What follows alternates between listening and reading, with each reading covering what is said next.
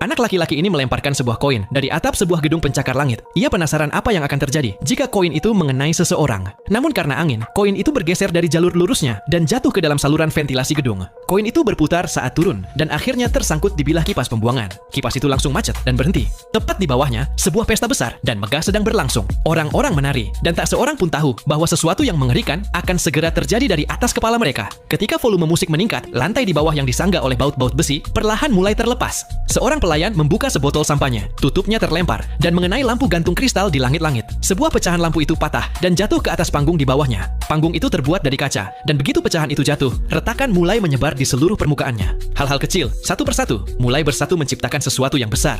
Pada saat itu, kipas yang tersangkut di atas pecah karena tekanan yang menumpuk. Sebuah pecahan tajam melesat ke pipa gas di dekatnya, dan pada waktu yang sama, panggung kaca di bawah pecah sepenuhnya. Orang-orang yang menari di atasnya mulai terjatuh. Seorang pria bergantung, memegang tepi panggung yang telah hancur. Iris mencoba meraih tangannya, namun takdir berkata lain. Pria itu terlepas dari genggamannya dan jatuh, langsung menuju sang pencipta. Pesta itu seketika berubah menjadi bencana. Orang-orang yang tersisa mulai panik dan mencoba melarikan diri. Tepat saat itu, seseorang menabrak seorang koki yang membawa hidangan berapi. Api itu langsung menyambar gaun seorang wanita, dan ia lari sambil berteriak. Bau gas sudah menyebar, dan api mencapai lantai tersebut. Seketika, terjadi ledakan besar. Kebanyakan orang tewas seketika, dan beberapa yang masih hidup berlari menuju pintu darurat untuk menyelamatkan diri. Orang pertama yang masuk adalah anak laki-laki yang melempar koin tersebut. Namun saat mereka mengira sudah aman, jalur keluar itu runtuh di bawah mereka. Satu persatu, semua mulai terjatuh. Pada akhirnya, hanya anak laki-laki itu dan orang yang berdiri tepat di belakang Iris yang selamat. Harapan terakhir mereka adalah lift darurat. Semua berusaha masuk ke dalamnya. Iris juga ikut berlari dari belakang. Namun, seorang pria mendorong Iris keluar dan melompat masuk sendiri.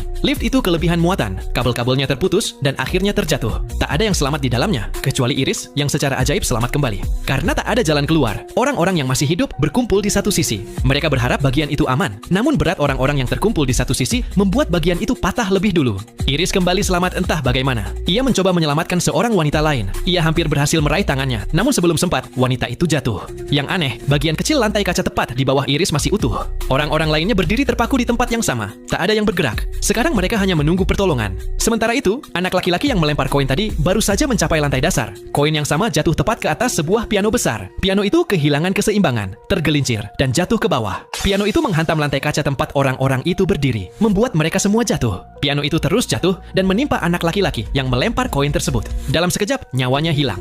Kini hanya Iris dan seorang anak kecil yang masih hidup. Ketika sisa struktur bangunan hendak runtuh sepenuhnya, Iris menggenggam tangan anak itu dan melompat bersamanya. Saat jatuh, cincin tunangannya tersangkut pada sebuah batang hitam, memperlambat kecepatan jatuh mereka dan menyelamatkan nyawa mereka. Namun keberuntungan tidak berlangsung lama. Akhirnya, pegangan Iris terlepas dan ia pun terjatuh.